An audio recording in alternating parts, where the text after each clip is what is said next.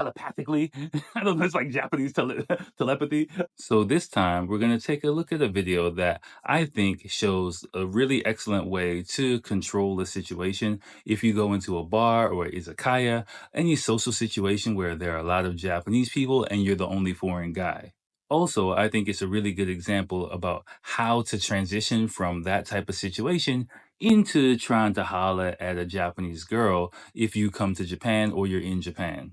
So hopefully by the end of this video, you'll understand a little bit better how to navigate this type of situation. As always, I'm going to put a link to the full video at the end of this, so stick around to the end if you want to see all the dude's escapades.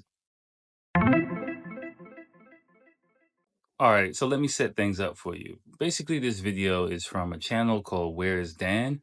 And he just popped up on my timeline, but it seems like he travels around Asia or maybe the world, and he's been to Japan before.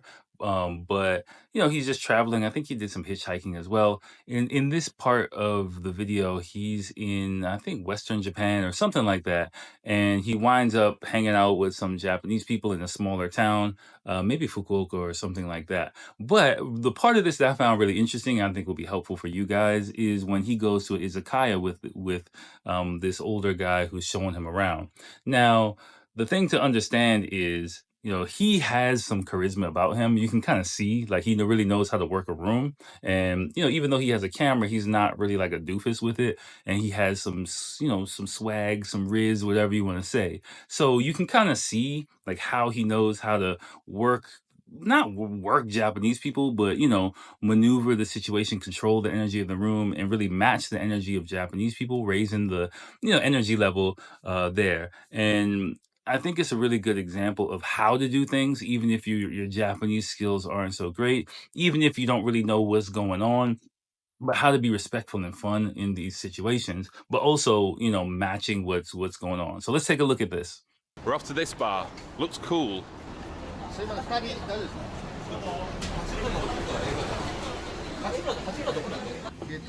こちらのメニューです。携帯でスキャンしてみてください。 Do you like Stella? You never had Stella? Yeah, pass. Okay, let's get Stella. Stella's very good. Okay. So you can see he's with some Japanese guy who can't speak English at all, really. And, but they've established some way to communicate, repeating things, simple questions. Do you know this? Things like that.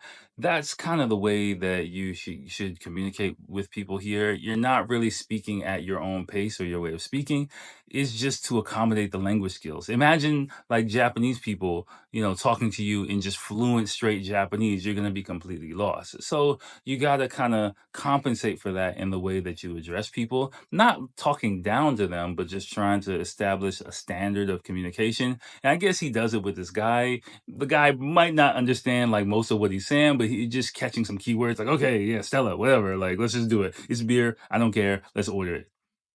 When Satoshi told me this morning that we were going to go out sightseeing, I thought he meant seeing actual sights. But what he actually meant is going on a bar crawl around downtown Nagasaki. But I couldn't be happier. It's so cool. Okay, so that's what's going on. They're in Nagasaki. That's what it is. I know it was in Western Japan somewhere. But yeah, I'd say that's again. I forgot or just scanned through briefly, but I don't know how he met this guy. But I think this guy's married. So hey, I'm gonna take the crazy foreign guy out for a night on the town. It's his excuse to, it's his hall pass to get out and get crazy with this foreign guy. So yeah, things like that do happen. I've had experiences like that as well, where you're not being used because the person is showing you around. It is Japanese hospitality, but it is kind of a win-win situation where he gets to get out of the house and do whatever he wants to do, come back late. It's like, oh, the crazy foreigner got me wasted, but also like, you get to get, exposed and put onto like a lot of really interesting places. It's a win-win. Would you pick up a hitchhiker? No, Never? never. Really? Because I'm ready, so my husband is very worried about me, so I've never. But my husband, He would? he will. Okay, I understand. He cannot understand English, but he That would help. will. Yeah. Oh, yeah. So Yeah, I saw the lady in the red when they first came into the bar, and she can speak English really well. She's a bit older, but you can tell. Like, I guess she heard him speaking English, was like, "Hey, I can speak English," and just came over and started talking to him. Again, she has experience speaking English, and she probably wants to speak English. Even me, I wouldn't talk to her in Japanese in that situation. Even I'm okay. Well, I'm kind. Let me pause because I do remember several years ago when I was really like going for, JLPT, I think like trying to pass N2 and really trying to work on my Japanese really hard. And I used to push my Japanese on people like, no, I need to study. I was taking Japanese class, but I was really aggressive with my Japanese. And now thinking back on it, I think that's not the best approach.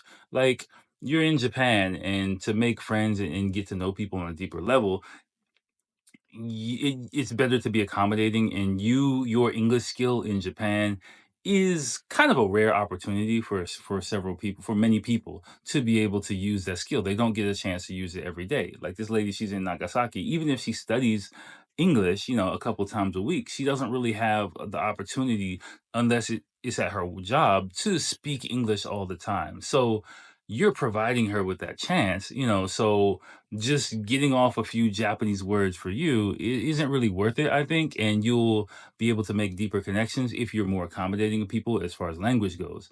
Now, of course, you're like, but everyone's always talking to me in English, and I just want to study my Japanese. Go to a Japanese class. That's the best answer. Pay money. Like that's what someone who had better Japanese than me suggested. Like, dude, pay for one-on-one classes. It was like 4,000 yen an hour.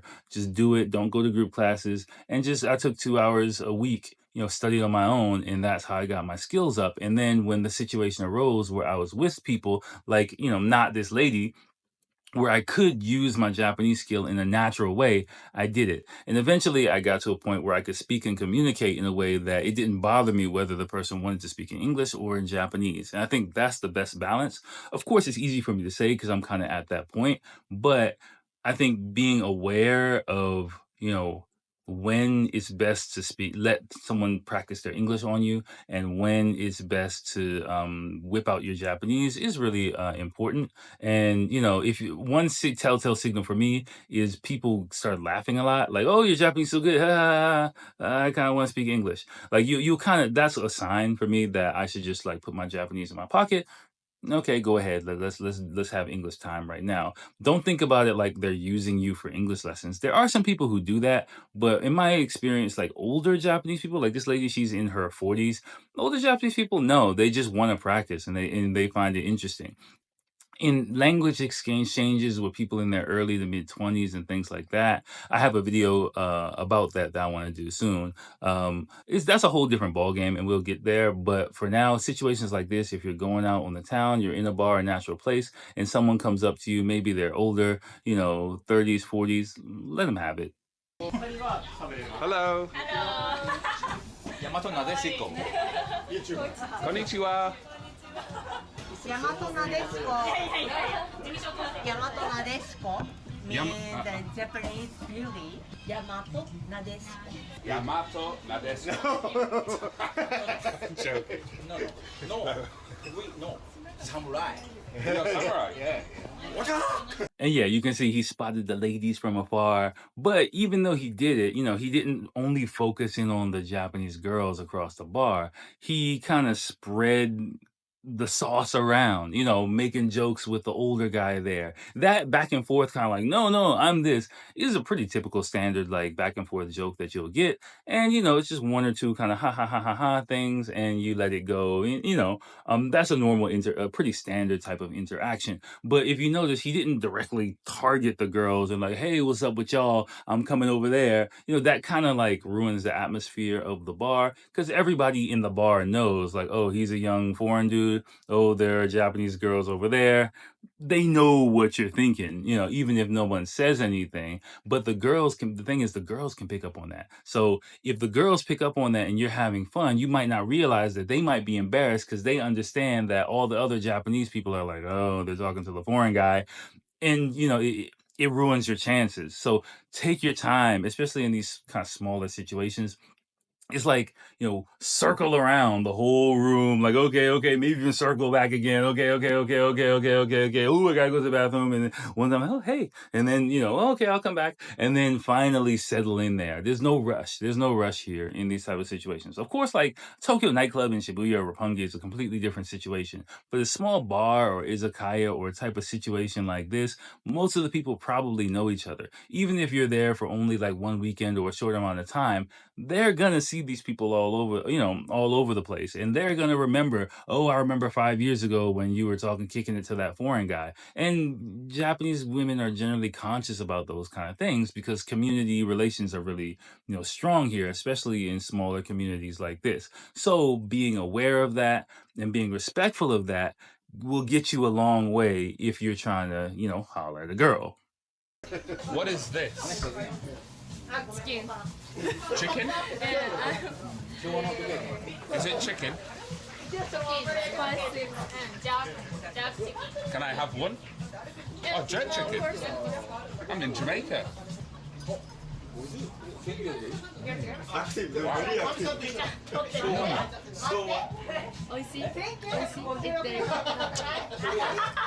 Wow. Cheers. What's your name? ATO Atto. Yes. Dan. Dan. Nice to meet Nice to you. meet you. How come your English is very good? Where did you study? I've been to Canada and Australia. You lived and worked there? Where in Australia? Why did you go to Broome? Local. I understand. Somewhere more local. Like, busy. Yeah, I understand. Would you like to go to Australia? Oh yes. Yes? But I've never to Australia. You should definitely go to Australia. I lived in Australia for 1 year. 1 year. Where? In Brisbane and then Sydney. Sydney. Sydney, yeah. Have you been to Korea before? Never. Where are you from? Nagasaki? So too close. It's so close, yes. Also, before I forget, my online shop is available. So I got t-shirts, I've got other things I'm designing, and it's all Japan related. And I think you'll really like it. Check it out if you want. There's a link below. So yeah, you can kind of see the way he's talking. If you've come to Japan before or talk with Japanese people or even an English teacher here, that's kind of like how basic lessons are. He knows the cadences of how to talk. Very general, very broad questions, simple to understand. Even though her English skill is good enough where she can kind of understand a bit more, just to be sure there's no miscommunication. He's taking his time with everything. For me, there's something funny going on in the background. If you look right next to him, there's a older Japanese guy who said something like for a second. And then I think he's standing next to her, and he's like, "Ooh," he's trying to like work his way into the conversation, trying to get a piece of the action. Not like a piece of the action of her, but he's trying to like participate and see what's going on. That's kind of what I'm talking about. Like that situation will happen. And sometimes the older guy, even if he doesn't know her at all, he will jump in or intrude into the conversation or whatever, say something weird. You just kind of like, okay, just let it happen. Like, don't get defensive. Don't try to like push, your way back in.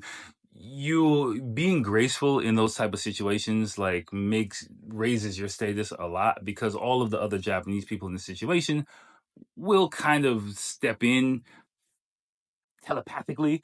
I don't know, it's like Japanese telepathy. Like, they'll kind of like, do. Okay, this older guy is weird. Even if on the surface it seems like he's cock blocking you, even if on the surface it seems like he's annoying, let it happen because you standing up and confronting someone makes it into a whole nother scene. And the atmosphere here is the most important thing. But normally with older guys like that, if I'm in the mood, I might include them for a while, but just for a little bit, just to let him get his little rocks off. Okay, yeah.